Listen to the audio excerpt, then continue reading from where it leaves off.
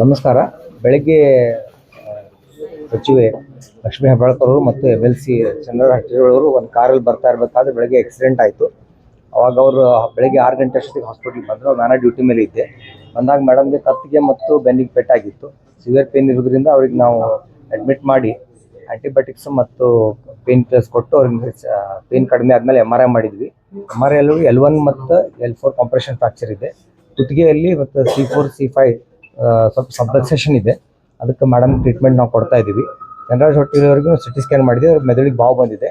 ಅದಕ್ಕೆ ಅವರು ಟ್ರೀಟ್ಮೆಂಟ್ ತೊಗೊಂಡು ಮನೆಗೆ ಹೋಗಿ ಬರ್ತೀನಿ ಅಂತ ಹೋಗಿದ್ದಾರೆ. ಅವರು ಬಂದು ಆಮೇಲೆ ಅಡ್ಮಿಟ್ ಆಗ್ತಾರೆ.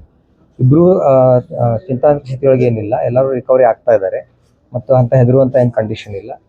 ಅದಕ್ಕೆ ಟ್ರೀಟ್ಮೆಂಟ್ ಸ್ವಲ್ಪ ಆದಮೇಲೆ ಮೇಡಮ್ ಆರಾಮಾದ್ಮೇಲೆ ಅವ್ರ ಮನೆಗೆ ಕಳಿಸ್ಕೊಡ್ತೀವಿ.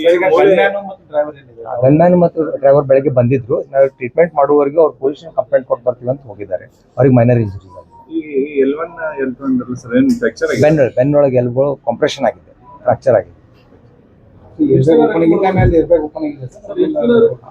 ಇರ್ಬೇಕು ಬಗ್ಗೆ ನಮ್ಗೆ ಗೊತ್ತಿಲ್ಲ. ಮೇಡಮ್ಗೆ 1 ಮಂತ್ ರೆಸ್ಟ್ ಕೊಡಬೇಕಾಗ್ತೈತಿ. ಇಲ್ಲ, ಆಪರೇಷನ್ ಅದೇನು ಬೇಕಾಗಿಲ್ಲ.